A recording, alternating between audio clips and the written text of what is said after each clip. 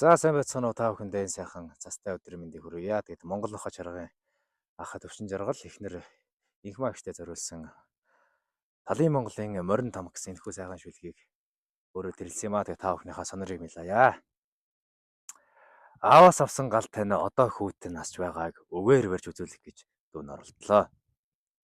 Тэрэлжийн сайхан хангайд тэнгэр газар уулцсан нутагт төөхөв солион түгээж ба нэгэн сайхан гэр бүл бий. Тэдний багш нь байгаль, тэдний сургаал нь аав. Морин тураан төвөргөнд Монголын зүрх цогцлон Монгол нохой чаргын аялалд Монгол төвний хэмэр сэргэнэ. Усан заваар урсгал сөрж, дөрөн дугуйтаараа уул хат давж, мөсний авиралтаараа тэнгэр дөхөж, морин аяллаар мөнхөх Монголын хэмэр сэргэнэ. Аялагч бүрт дурсамж, түүх сэтгэл өгн адал явдалд аяллаа дараа аарсны халуун уур, сүйтэй цай, амт цөөнгийн амтан аялагчдын сэтгэлийг дулаацуулна.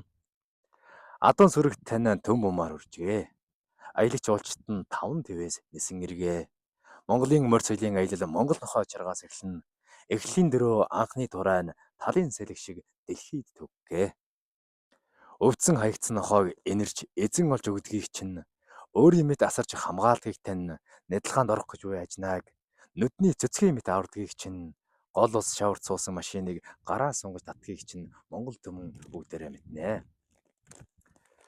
Хамт ажиллах дуунараа хамгийн түрүүнд дэмжин хамтын хүч хангаан хууль гэдгийг заана харин хүүдээ туурайн дуг сонсож туулсан замаа тайлбарлаж өв гэдэг бол өвлөө тусах зүйл бишээ өгөө төрөвчлөх амьд гал юм шүү гэдгийг заана ингэж ааваас хүүд хүүгээс ирээдүйд хангаан хэмэр дамжина.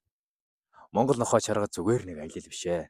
Аавын сургаал хүүгийн итгэл хамтын хүчин гэсэн Талын Монголын морин тамга тэв дэлхий цуурайдах Монгол аялал юм аа.